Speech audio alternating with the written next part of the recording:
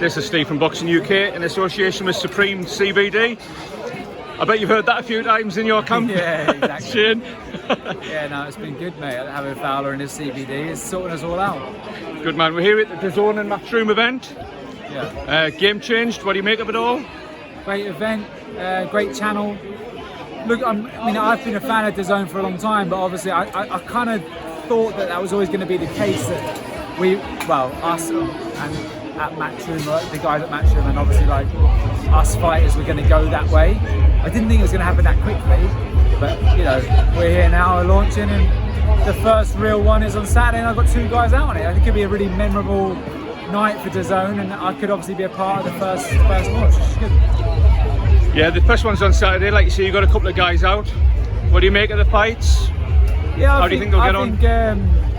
Both, obviously it's annoying about Fowler's opponent pulling out, but we got something lined up. I think we're quite far on with his next fight, and hopefully we'll be able to announce it either after the fight or a week or 2 after that. So,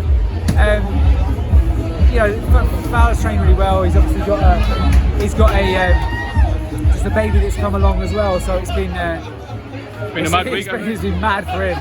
And CBS has got a competitive fight against Tommy McCarthy, but I think he'll stop him in 8 to 10 rounds. I really believe he's going to get to it. Yeah, can I start with Billam-Smith? For me, personally, that's the best fight on the card, because that could be potentially explosive. Both sides, yeah, exactly. Yeah. Both good punchers, both good boxers, both got high IQ in the ring, like boxing IQ. So it's going to be a tricky fight early on, clever technical fight, but then I think the toughness, size and stature of Chris is going to prevail. But anything can happen in this game, especially when you're 14 stone 4 and above. Absolutely. I have to ask you about my mate Fowler. Yeah. As his trainer, are you worried about the events of the last week? Because, becoming a father and... No, not really, because he's had the best camp possible, and he's in a really good place.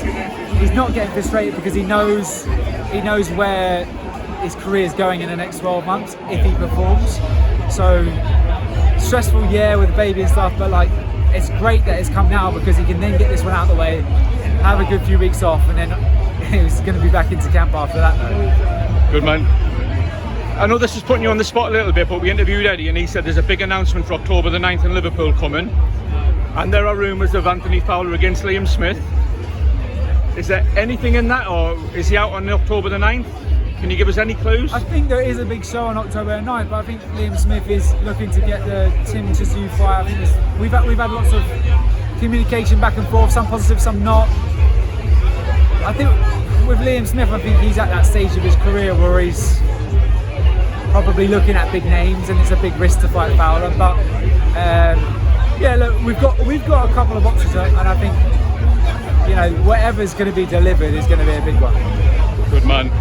I can't ask you here without talking about the big heavyweight. Obviously, we've got AJ Usyk. We spoke to Alex Krasik last week, who said he's 500% certain Usyk wins. Do you agree with that? Say that? I don't think so. I think the size is going to play its part after about 6 rounds. AJ, I believe, is going to probably try and do it technically for the first couple, and then realise that he's in there with an Olympian, obviously Olympic gold medalist, but Usyk is he's kind of come up through the division. He used to be a middleweight at one stage, and he learned boxing as a lighter weight, so he's really nimble, whereas AJ's always been a heavyweight. And I think the size and stature, after AJ realises that he's kind of can't play the long game with him, he's going to put his hands up, potentially walk him down and beat him up, I think. So, yeah. Good man. Again, we spoke to Eddie and he said Wilder and Fury's probably still going to happen. And then we'll have AJ and Fury. Yeah. Who wins that one, Shane? I'm going to be on the fence on that one, because you're not the first person tonight who said that. I was originally quite convinced that AJ, everyone was going Fury, but I was convinced that AJ, if he punched in combination, put his hands up, marched him down. But I haven't seen that in a long time. I haven't seen that since Dylan White, really. We saw it a little bit in the Vladimir Klitschko fight, but he's been able to get success being clean. He won't get success to be technical against. He won't be successful to get technical against Usyk and Tyson Fury. So how does he overcome Usyk? If he overcomes Usyk and just starts attacking fast, really let his hands go, then I'm actually going to go back and give him not a favourite, but give him a very good chance. But if he boxes like he boxed against Kubrat Pulev, trying to be a little bit too clever, trying to box loose and long, I just think he won't get near Fury. Two more, very quick. Two more, Yeah. one more. You've just signed 2 young lads. Can you tell us about that? Yeah. No, definitely. We signed Adam Azeez and we signed Hassan Azeez. 2 very, very young, talented boys. Got high hopes for both of them, really. Do you know what I mean? So, Adam's 19, she's just 19. He's one of the most talented kids I've ever worked with, and I love the fact that I'm getting it so young. And Hassan is a little bit more raw, but he's got bundles full of power, bundles full of talent. Nice guy, charismatic. So I'm really excited about both of their careers. Come on, and the very last one, I promise you. Yeah. We watched an interview with Barry yesterday, Yeah. and he said he praised you very much and said you're the perfect coach for somebody that's going to help young fighters, you know, address the gaps that they've got. What's it like to have Dad there, and being the son of a legend? I know no different. Yeah. Do you know what I mean? I grew up with it, and I've always understood people really respect my dad for his ability in the ring, and he's, you know, his words of advice to these young kids just goes so far. So, you know, I love having him in the gym. I love having him around. He gives an energy and a buzz and a level of confidence to these kids that when they come through, that they need. You know what I mean? Everyone sees the finished product.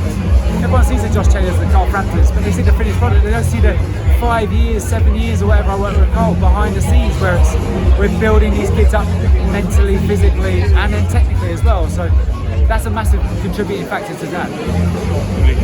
Shane, I really appreciate your time. We'll go back in. Yeah, exactly. Thanks, Shane.